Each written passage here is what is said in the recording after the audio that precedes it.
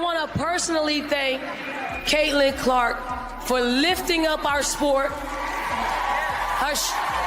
She carried a heavy load for our sport. Honestly, no disappointment. Like, I think it just gives you something to work for. That's a dream. Hopefully one day I can be there, and I think it's just a little more motivation. You remember that. All right, get ready for an absolutely captivating, no-holds-barred deep dive into one of the biggest controversies in recent sports history, the Caitlin Clark Olympic snub. And listen, I'm not just speculating here, because the USA team has finally, and I truly mean after weeks of intense public pressure and undeniable evidence, acknowledged their profound regret about their decision to not select the sensational Caitlin Clark for the coveted Olympic roster. Can you even believe it? Just think about that for a moment. Let the sheer audacity of it sink in. For what felt like an eternity, weeks upon weeks, stretching into an agonizing, headline-grabbing public debate, it seemed as if the entire basketball world, from the most die-hard, seasoned veterans who've seen it all, to the brand-new enthusiastic fans just discovering the thrill of the game, was practically screaming from the rooftops at Team USA. We were all collectively urging them, practically begging them, with a unified, passionate voice, not to make what we all perceived unequivocally as a monumental, perhaps even irreversible, error that would undoubtedly haunt them for years, impacting not just the team, but the sport's global appeal. We implored them to look beyond the immediate performance metrics, to genuinely see the much bigger, transformative picture, to grasp the seismic, game-changing shift that Clark so undeniably represents in the rapidly evolving landscape of women's basketball. And now, the truly astonishing twist, the kind of development you wouldn't believe if it weren't happening in real time before our very eyes.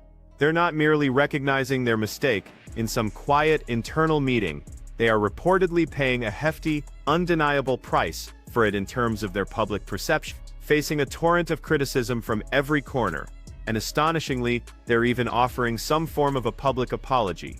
It's almost painfully ironic, isn't it? This whole situation, from the initial baffling decision to the current, inevitable fallout, has unfolded with a kind of poetic, yet utterly frustrating, justice that leaves you shaking your head in disbelief. The Indiana coach, a figure intimately familiar with the sheer magnitude of Clark's impact and influence, both on the court with her unparalleled skill and off it with her magnetic charisma, apparently shared a truly powerful, almost prophetic message with her. He told her in no uncertain terms that they had unleashed a monster. Think about that phrase for a second, unleashed a monster. What does that truly imply? We're talking about a monster of unparalleled talent, an undeniable skill that dominates games and captivates audiences, a monster of unprecedented popularity, drawing eyeballs and filling seats like never before, transcending traditional sports viewership, a monster of truly game-changing, transformative influence that not only impacts the score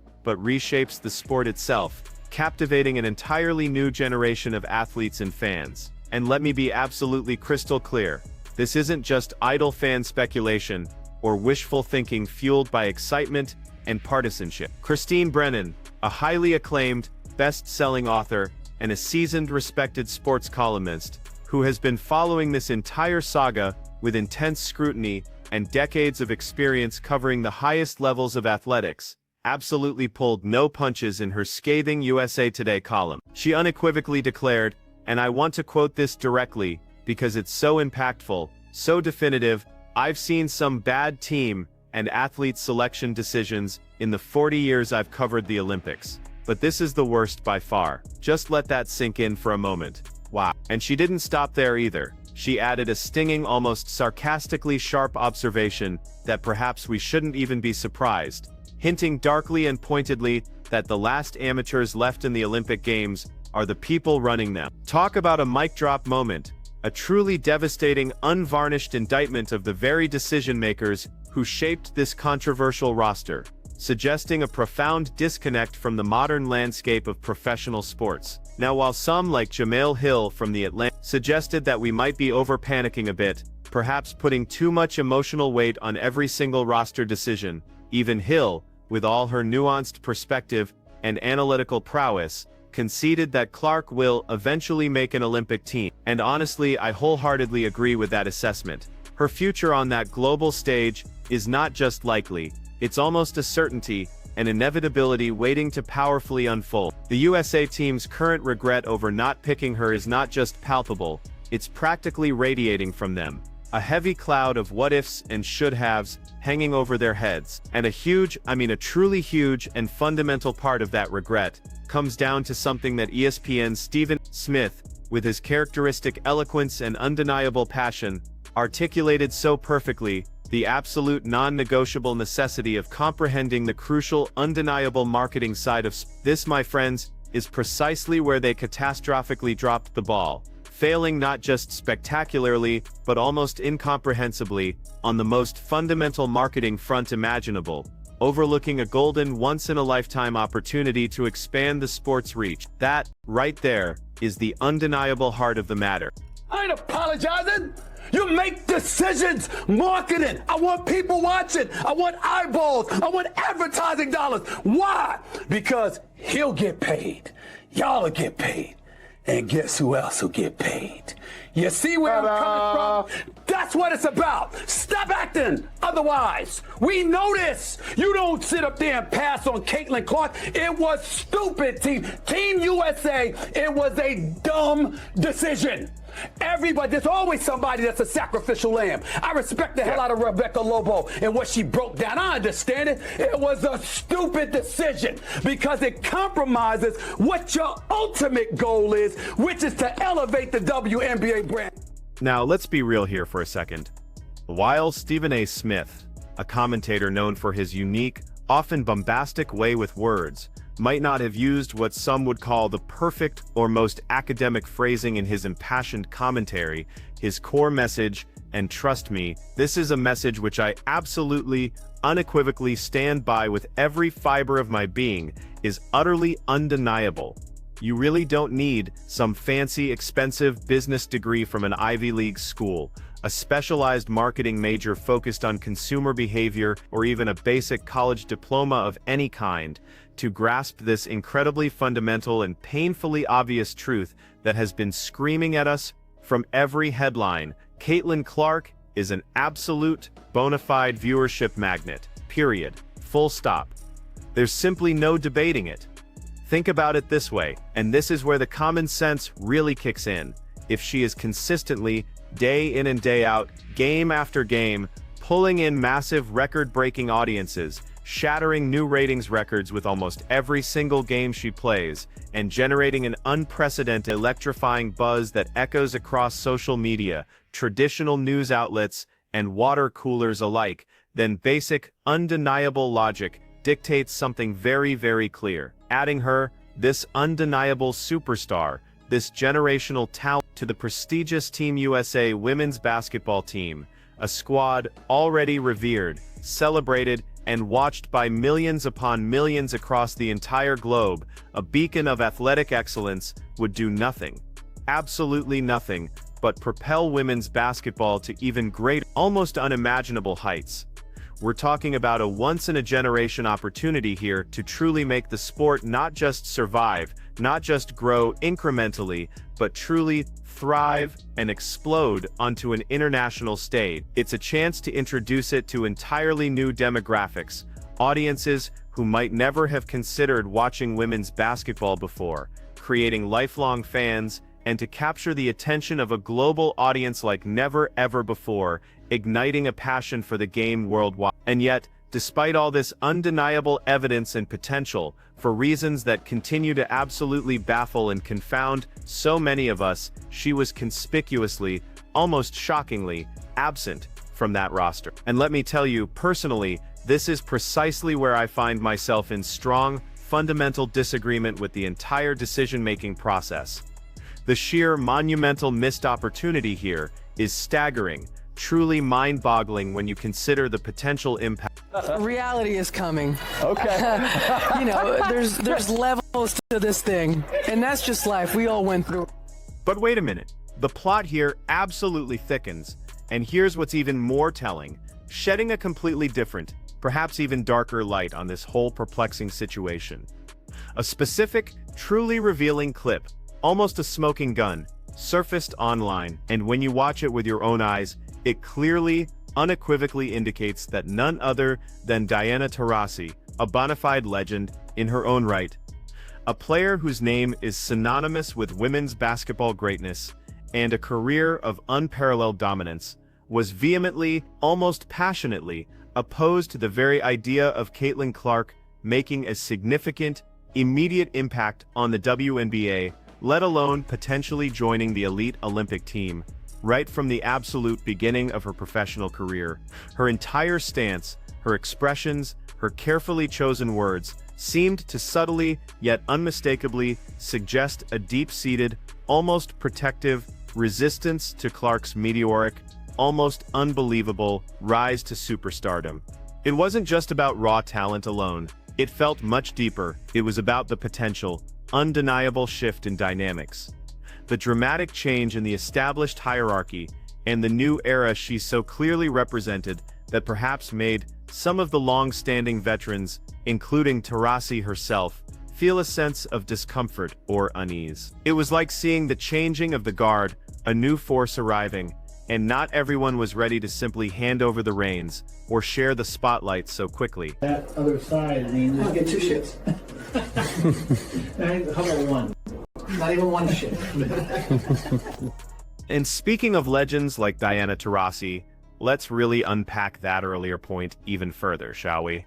Because it's crucial to understand the subtle, underlying nuances and implications here, without explicitly dropping Caitlin Clark's name. Because, in the world of professional sports, there's always a certain political dance involved.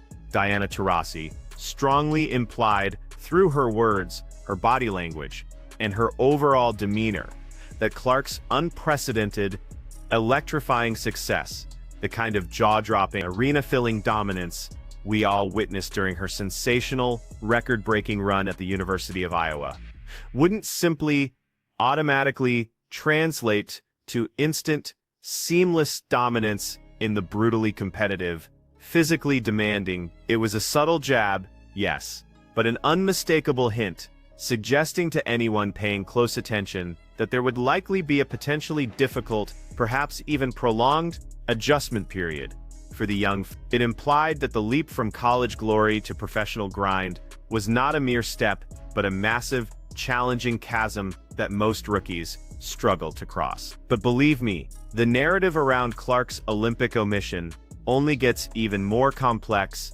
diving into deeper, more troubling waters, hinting at potential personal biases. There's been a persistent, lingering theory circulating throughout the league, a whisper that grew into a undeniable conversation, suggesting that Cheryl Reeve, a prominent and powerful figure within the WNBA, serving both as a respected coach and a crucial member of the Olympic Selection Committee, harbored some form of personal animosity, or at the very least, strong negative feelings towards Clark. Now, this wasn't just idle speculation or baseless rumors concocted by fans. It became strikingly, almost undeniably apparent to countless observers during a highly anticipated, much-hyped game when the Minnesota Lynx, precisely the team coached by Reeve herself, faced off in a fiery, intense clash against the Indiana Fever. If you were lucky enough to watch that game unfold live, or even if you just caught the highlights and post-game analyses that flooded social media,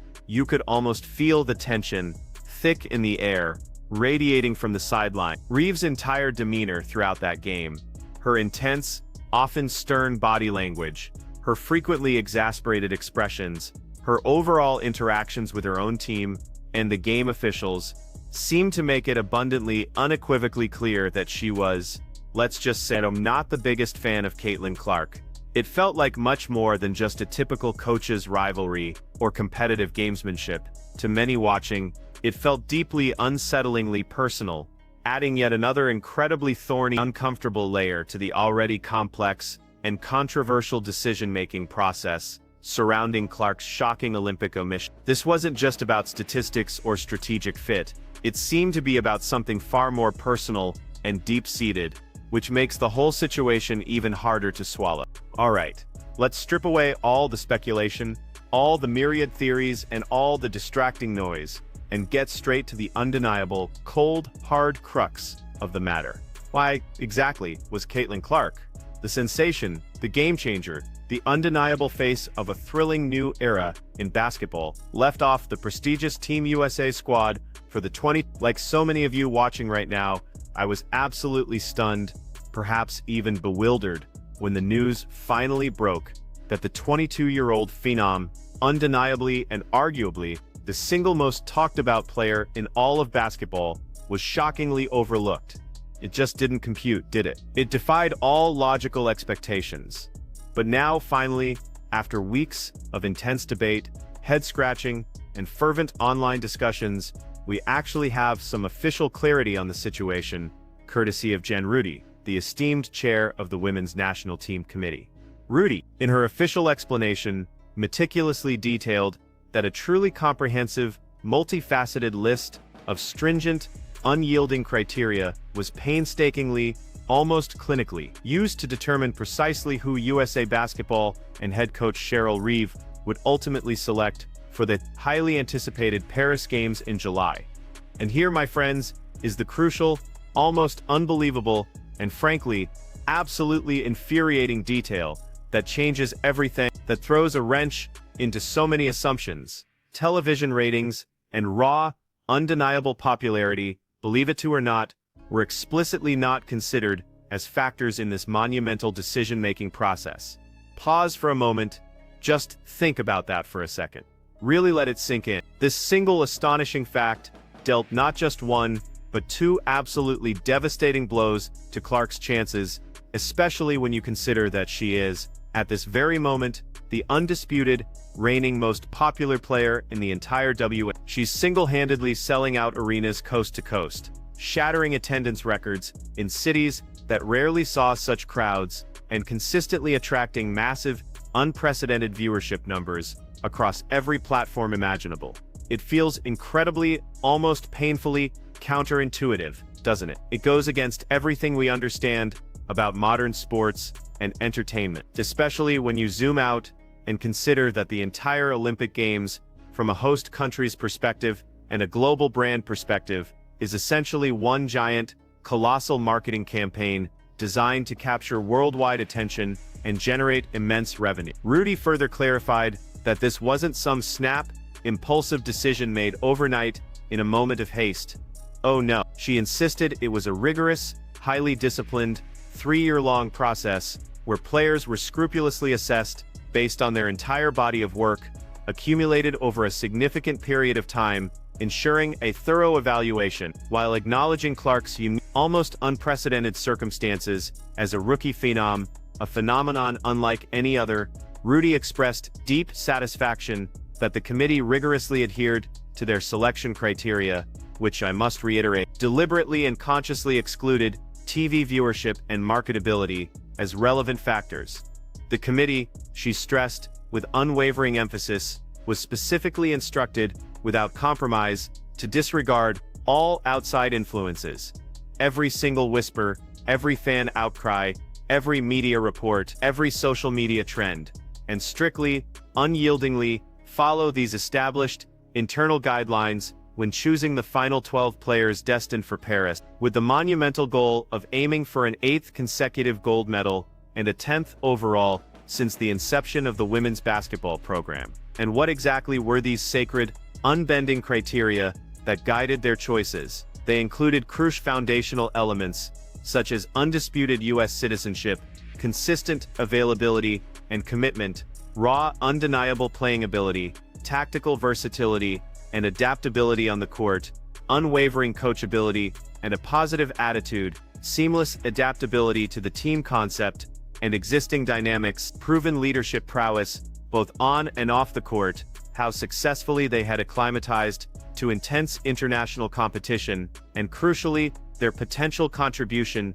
to the team's overall success and chemistry, ensuring a cohesive unit. It was a laundry list of attributes, all carefully weighed, but with a glaring omission. Now, amidst all this detailed explanation of selection criteria and committee pronouncements, it remains conspicuously, almost frustratingly, unclear which specific criteria Caitlin Clark supposedly didn't meet. leaving many of us to wonder with a sense of lingering disbelief about the precise, tangible justification for her exclusion. But what is abundantly clear, and truly speaks volumes about her extraordinary character and unwavering resolve, is her remarkably poised, mature, and utterly composed response to the entire, highly publicized situation. She calmly stated, with an impressive level of self-awareness and foresight, that she isn't actually disappointed in the conventional, expected sense, and instead plans to strategically, intelligently use this perceived snub as powerful, undeniable motivation, propelling her forward with even greater intensity in her already extraordinary career. And get this, because this is precisely where the official excuses start to crumble under scrutiny, another widely publicized supposed reason for her exclusion was the committee's stated desire to avoid upsetting fans with a perceived lack of playing time for Clark on the highly visible Olympic stage. However, and this is where it gets absolutely fascinating and highlights a clear inconsistency, this excuse, with even a moment's thoughtful scrutiny, falls completely, utterly flat. Why, you ask? Because when you pause to remember truly iconic legends of the sport like Diana Taurasi herself, Candace Parker, and Breanna Stewart, all household names, all dominant forces, all pillars of the WNBA, they all played for Team USA in the Olympics before they ever even stepped onto a WNBA court. Think about that powerful precedent, that established pathway. They did exactly what Clark was attempting to do, blazing a trail for future stars to follow. Yet, despite this glaring, undeniable double standard, this apparent difference in treatment and application of rules, Clark handled the entire tumultuous, high-pressure situation with an exemplary, almost unbelievable level of class, dignity, and unwavering professionalism. She hasn't resorted to bitterness. She hasn't complained publicly. Quite the opposite. In fact, she's been actively, enthusiastically cheering on Team USA during the 2024 Paris Olympics, watching as much of the games as she possibly can, even lightheartedly joking about canceling her own practices just to catch more of the action.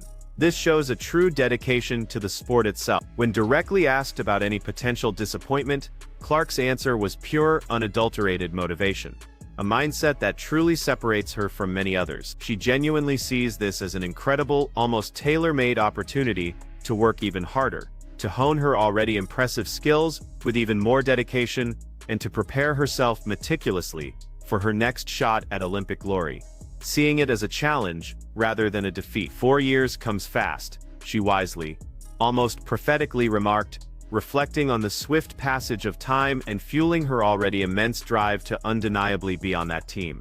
Not just as a player, but as a central, indispensable figure in the very near future. This, my friends, is not just the mark of a true competitor, it's the hallmark of a genuine leader. But here's where the theoretical discussions, the committee explanations, and the carefully crafted narratives give way to undeniable, stone-cold, real-world impact.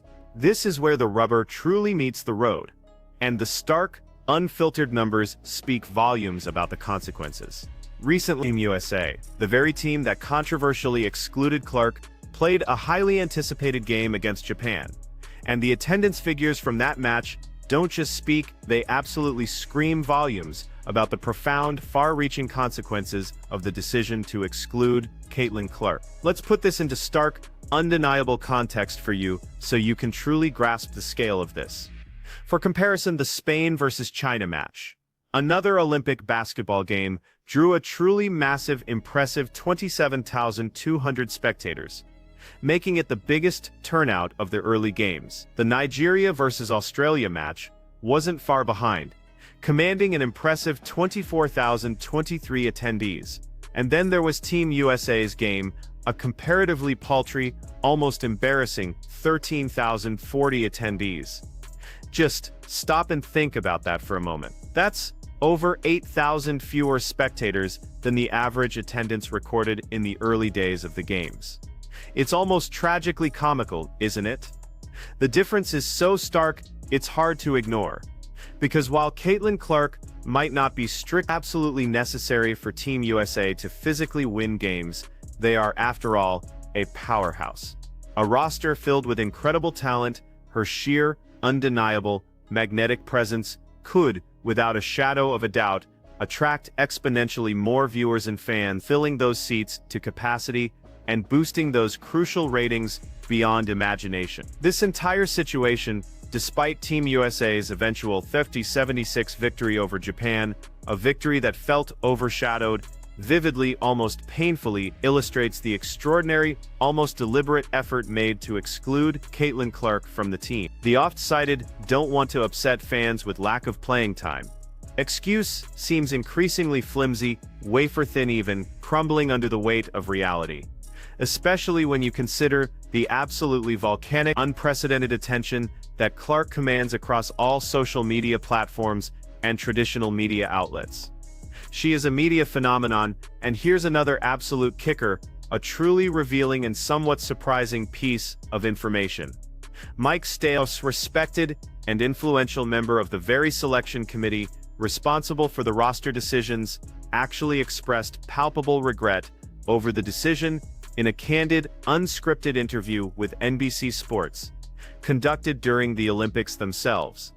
Stale flat-out stated, unequivocally, that if they were making the decision now, with the invaluable benefit of hindsight and a full view of Clark's recent, truly outstanding professional performances, averaging a remarkable 7 and even setting a new WNBA record with an incredible 19 assists in a single game, she would have made her an extremely strong, arguably undeniable, candidate for the squad. Stale's remarks aren't just an admission of error, they are a powerful, almost damning implication. Clark's rejection from the Olympic squad might not just have been a simple mistake, it could well have been a monumental, generational missed chance.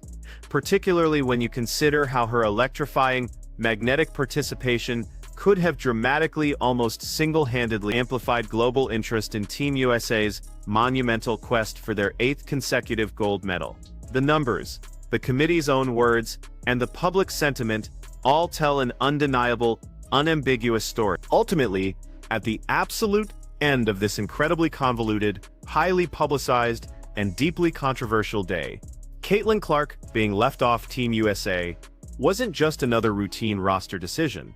Oh no, it was far, far more than that. It undeniably became a seismic, earth-shaking turning point for women's basketball as a whole, a moment that will be remembered and debated for years to come. It didn't just highlight, it laid completely bare for all the world to see just how much the sport has evolved, grown exponentially, and captured legions of new audiences. But crucially, and this is an equally important point, it also exposed how far the system itself, the very infrastructure and decision-making processes of the sport, still has to go to truly, genuinely embrace and adapt to that thrilling new evolution, to move beyond outdated thinking. When you meticulously look at the stark, undeniable reality of declining viewership numbers for certain games, the disheartening, almost painful side of empty seats in the arenas that should be packed, the overwhelming, visceral public backlash that erupted globally from fans and commentators alike, and even the committee members themselves,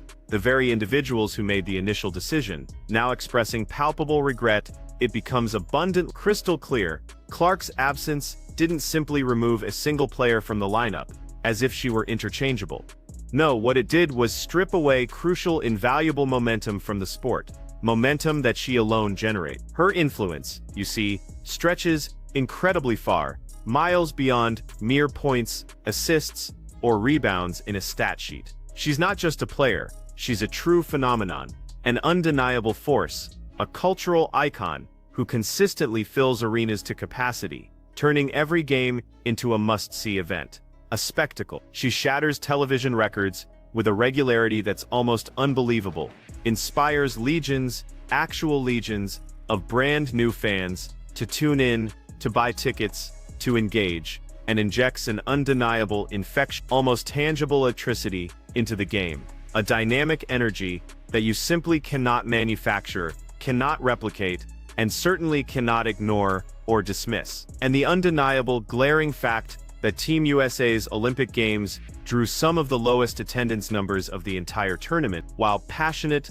vocal fans in the stands held up signs boldly declaring, "You need Caitlin Clark to beat us." tells you absolutely everything you need to know about the colossal, magnetic impact she commands, even when she's not physically on the court, playing in uniform. Yet, in the swirling, often toxic, vortex of all this noise, all the pointed criticism, and all the high-stakes drama, Caitlin Clark's personal response has been nothing short of remarkable, truly a masterclass in resilience, grace, and unwavering determination. We've seen pure composure, unwavering maturity, and relentless, laser-focused motivation radiating from her very core. There's been no complaining, no bitterness, no flimsy excuses, no pointing fingers, just a calm, almost prophetic understanding that her time, her moment, is undeniably coming. 4 years comes fast, she declared, with a quiet confidence that belies her youth, and that one single, powerful line alone reveals exactly why she's not just rapidly becoming a star, but a genuine bona fide future icon of the sport, a true legend in the making. Meanwhile, throughout all of this, the committee rigidly stuck to their entrenched criteria, stubbornly insisting, almost defiantly, that marketability and global reach played absolutely no part in their monumental decision. But whether you personally agree or passionately disagree with that official stance, the world, my friends, has already definitively made up its mind. Fans know precisely what she brings to the table.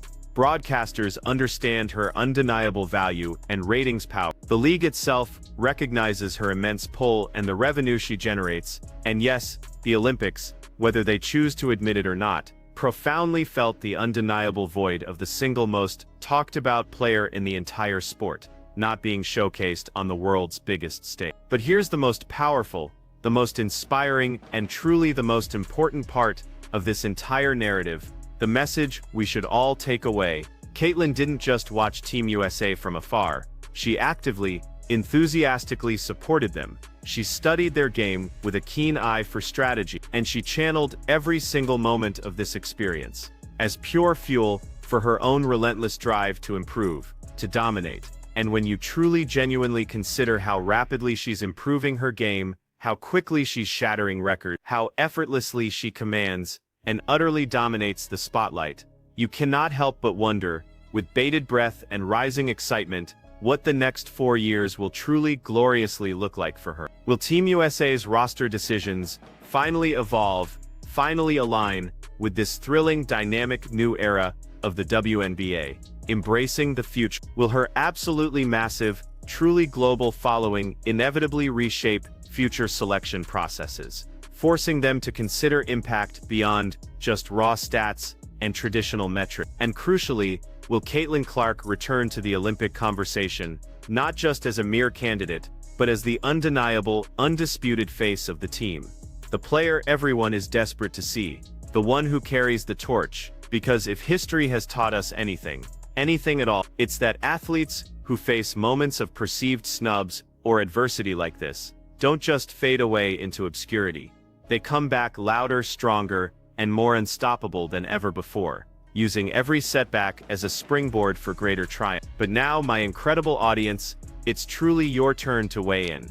What do you think? Did leaving Caitlin Clark off the roster genuinely hurt Team USA's performance, and more significantly, their viewership and global engagement? Was this a colossal, unforgivable missed opportunity to exponentially grow the sport on a global stage, missing a chance to introduce it to millions more and convert them into lifelong fans? And do you, like me, believe she'll not only make the next Olympic team, but utterly dominate it, perhaps even lead it to victory, when she finally gets there? Drop your thoughts, your insightful comments, and your bold predictions in the comments section below. Your voice, believe me, is a truly huge and vital part of this ongoing, passionate conversation. If you enjoyed this incredibly deep dive and detailed breakdown, be absolutely sure to hit that like button, subscribe to the channel for more content like this, and smash that notification bell so you never, ever miss our latest sports analyses, breaking updates, and exclusive insights. Thank you so much for watching. Your continuous support truly means the world to us. And as always, we'll see you in the very next one. Oh, and just a final heads up, a little something truly special to mark on your calendar. More Clark and the Indiana Fever are set to play next on August 16th against none other than Diana Taurasi and the Phoenix Mercury. Trust me, You absolutely won't want to miss that highly anticipated showdown. It's going to be electric, a clash of generations.